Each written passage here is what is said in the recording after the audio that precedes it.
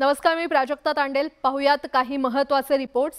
प्रशिक्षणार्थी IAS अधिकारी पूजा खेडकर आता चांगल्याच वादात सापडलेल्या आहेत। त्यांच्या नावावर तब्बल 17 कोटी रुपयांची संपत्ती आहे। तसंच त्यांनी दिलेल्या OBC नॉन क्रिमिलियर सर्टिफिकेटवर देखील संशय व्यक्त केला जातोय आणि त्यामुळे पूजा खेडकर चौकशीच्या फेऱ्यात अडकण्याची शक्यता वर्तवली जाते।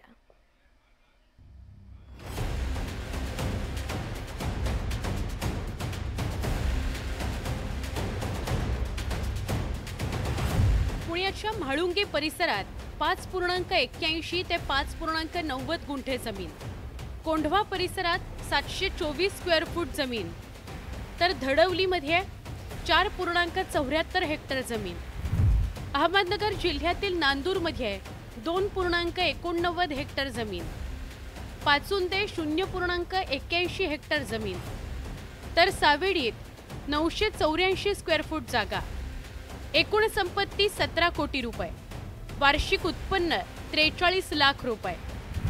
ही आहे वादग्रस्त IAS अधिकारी पूजा खेडकर यांची संपत्ती। UPSCला सादर केलेल्या संपत्ती विवरणातून पूजा खेडकर यांच्या कोट्यवधीच्या संपत्तीचा उलगडा झालाय। पुणे आणि अहमदनगर जिल्ह्यात त्यांच्या नावावर ही कोट्यवधीची स्थावर मालमत्ता आहे। खरं तर IAS मध्ये दाखल होण्यापूर्वीच पूजा खेडकर या कोट्यवधीच्या मालकीण असल्याचं समोर आलंय। OBC नॉन क्रिमिलियर असं दिलंय आणि त्यांच्या समोर OBC लिहिलेलं आहे। ते डॉक्युमेंट मी तुम्हाला देतो। आणि यांच्या वडिलांनी जे काही ॲफिडेव्हिट फॉर्म फाईल केलं होतं इलेक्शन कमिशनकडे, ते पण उघड आहे की 40 कोटी रुपये उत्पन्न दाखवलेलं आहे त्याच्यामध्ये।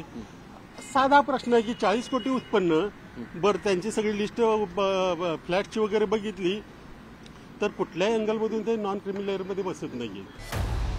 पूजा खेडकर यांच्याप्रमाणेच त्यांच्या वडिलांच्या नावावरही कोट्यवधीची संपत्ती आहे। पूजा खेडकर यांचे वडील माजी सनदी अधिकारी दिलीप खेडकर यांनी नुकतंच अहमदनगर लोकसभेची निवडणूक लढवली आहे। या निवडणुकीत त्यांनी निवडणूक आयोगासमोर प्रतिज्ञापत्र सादर केलं होतं।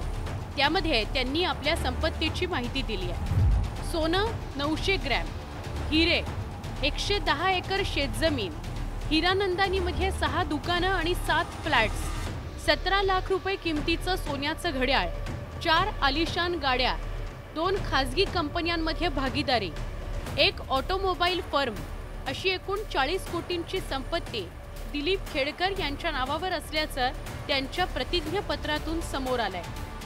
खेडकर कुटुंबाच्या नावावर कोट्यवधीची संपत्ती असतानाही पूजा खेडकर यांना नॉन क्रिमिलियर प्रमाणपत्र कसं मिळालं असा प्रश्न उपस्थित केला जातोय।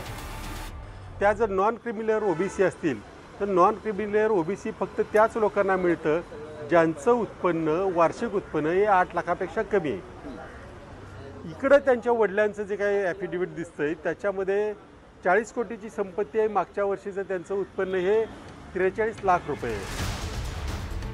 दरम्यान दिल्लीतील Lal Bahadur Shastri National Academy of ॲडमिनिस्ट्रेशननं पूजा खेडकर यांच्या OBC जात प्रमाणपत्र प्रकरणी कारवाई सुरू केली आहे। त्यामुळे आगामी काळात पूजा खेडकर यांच्या मागे प्रशासकीय चौकशीचा ससेमिरा लागण्याची शक्यता नाकारता येत नाही। पुण्याहून चंद्रकांत फुंदेसह ब्युरो रिपोर्ट, न्यूज 18 लोकमत।